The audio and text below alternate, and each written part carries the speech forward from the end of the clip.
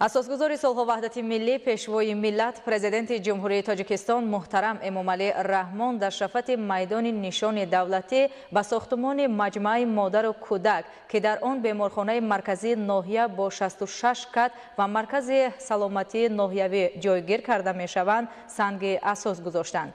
انشاءات مذکور با مقصد بلند برداشتن سطح خدمترسانی طبی به اهالی در دایره تدبیرهای آبادانی و بنیادکاری به استقبال جشن 35 سالگی استقلال دولتی جمهوری تاجیکستان بنیاد کرده می شود.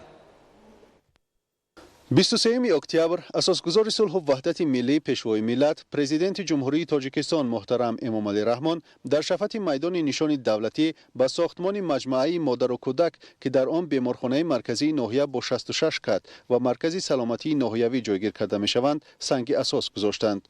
انشاءات مذکور با مقصد بلند برداشتن سطح خدمترسانی طبی به اهالی در دایره تدبیرهای آبادانی و بنیادکاری به استقبال جشن 35 سالگی استقلالیت دولتی جمهوری تاجیکستان بنیاد کرده می شود.